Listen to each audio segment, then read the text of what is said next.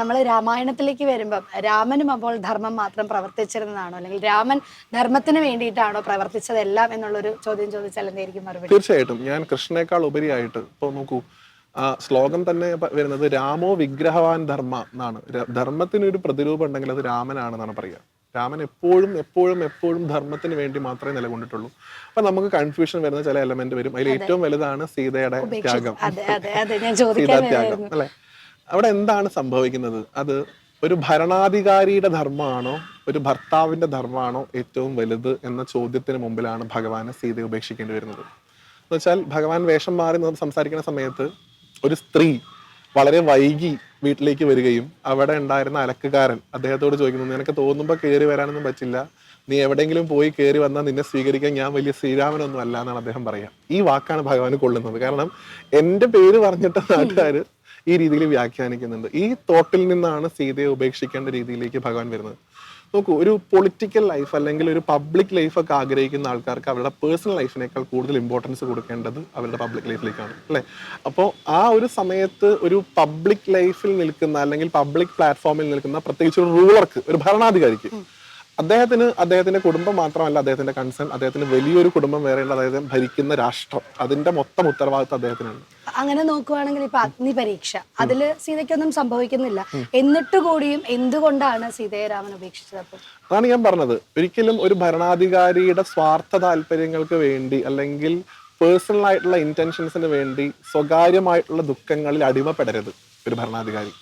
ഇപ്പൊ നോക്കൂ, മഹാത്മജി പോലും പറയുന്ന രാമരാജ്യം എന്ന് പറയുന്ന ഒരു കൺസെപ്റ്റ് ഉണ്ടല്ലോ അല്ലെ. രാമരാജ്യത്തിലേക്കാണ് നമ്മൾ സഞ്ചരിക്കുന്നതാണ് മഹാത്മജി അന്ന് കണ്ട വലിയ സ്വപ്നം. ആ രാമരാജ്യത്തിൽ അദ്ദേഹം എടുക്കുന്ന വലിയൊരു കൺസെപ്റ്റാണ് ഈ സീതയുടെ ത്യാഗം. എപ്പോ സ്വന്തം ഭാര്യയെ പോലും ഉപേക്ഷിക്കാൻ സാധിക്കും ആർക്ക്? ജനങ്ങളോട് അതിതീവ്രമായിട്ടുള്ള ഉത്തരവാദിത്തമുള്ള ഒരു ഭരണാധികാരിക്ക്.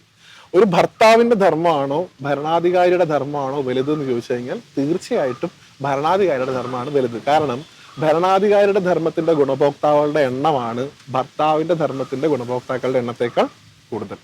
ഒന്ന് ഒരു ഫാമിലി, ഒരു പേഴ്സൺ ആണ്, മറ്റേതൊരു എൻറ്റയർ കൺട്രി, ഒരു രാജ്യം മുഴുവനാണ് അതിന്റെ ഉത്തരവാദിത്വം വരുന്നത്. അപ്പൊ ഇത് രണ്ടും തമ്മിൽ തുലനം ചെയ്ത് നോക്കുമ്പോൾ ഏത് ധർമ്മമാണോ വലുത്? ഇപ്പൊ ലാലേട്ടൻ പറയാറില്ലേ, വലിയ തെറ്റുകളും ചെറിയ തെറ്റുകളും ഉള്ളു യുദ്ധത്തിലെ, അതുപോലെ വലിയ ധർമ്മമാണോ ചെറിയ ധർമ്മമാണോ അനുഷ്ഠിക്കേണ്ടത് എന്നുള്ള ചോദ്യത്തിന് മുമ്പിൽ എപ്പോഴും വലിയ ധർമ്മത്തെ മുറുകെ പിടിക്കാനാണ് രാമൻ നോക്കിയിട്ടുള്ളത്. ഇതുപോലെ പല സന്ദർഭങ്ങളും രാമായണത്തിൽ കാണാം. ഇപ്പൊ ബാലിയെ ഒളിഞ്ഞു നിന്ന് അമ്പ് ചെയ്യുന്നത് എല്ലാവരും പെട്ടെന്ന് പറയും ബാലിയുടെ പകുതി ശക്തി ആരാണോ എതിർത്ത് നിൽക്കുന്നത് അവർക്ക് കിട്ടും. അത് ഒഴിവാക്കാനല്ലേ ഭഗവാൻ അങ്ങനെ ചെയ്തത്? തീർച്ചയായിട്ടും അത് തന്നെയാണ് ഭഗവാൻ ചെയ്തത്. പക്ഷെ ബാലി വലിയ അധർമ്മം പ്രവർത്തിച്ചിട്ടുണ്ട്. അതെന്തുകൊണ്ട് നമ്മൾ ആര് കാണാതെ പോകുന്നു? ബാലിയുടെ അനുജനായിട്ടുള്ള സുഗ്രീവന്റെ പത്നിയായിട്ടുള്ള രമ എന്ന് പറയുന്ന സ്ത്രീയെ, വാനര സ്ത്രീയാണ് അവരെ ബാലി ഭാര്യയായിട്ട് വെക്കുന്നു. ഭാര്യ അമ്പ് കൊണ്ട് കിടക്കുമ്പോൾ രാമനോട് ചോദിക്കുന്നുണ്ട്, നീ വലിയ ധർമ്മിഷ്ഠനല്ലേ, എന്നെ ഒളിഞ്ഞിന്ന് കൊല്ലുന്നതാണോ നിന്റെ ധർമ്മം എന്ന് ചോദിക്കുമ്പോൾ കർണനോട് ഭഗവാൻ കൃഷ്ണൻ ചോദിച്ച അതേ ചോദ്യം, നിന്റെ ഇഷ്ടത്തിന് എന്ത് ചെയ്യരുത്? ധർമ്മത്തിനെ വ്യാഖ്യാനിക്കുകയും ചെയ്യരുത്. നിന്റെ മകളെ പോലെ കാണേണ്ട രമയെ നീ ഭാര്യയാക്കി വെച്ചു. ആ ധർമ്മം എവിടെ പോയിട്ട് നമ്മൾ പറയും അല്ലെ.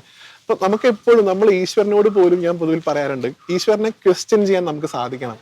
അങ്ങനെ സാധിക്കണം എന്നുണ്ടെങ്കിൽ ആ ധർമ്മബോധം, ഭക്തി നമ്മൾ ഒരു കടുകിണ പോലും വ്യത്യാസമില്ലാതെ തുടർന്നവർക്ക് മാത്രമേ ഭഗവാനെ ക്വസ്റ്റ്യൻ ചെയ്യാൻ സാധിക്കുള്ളൂ.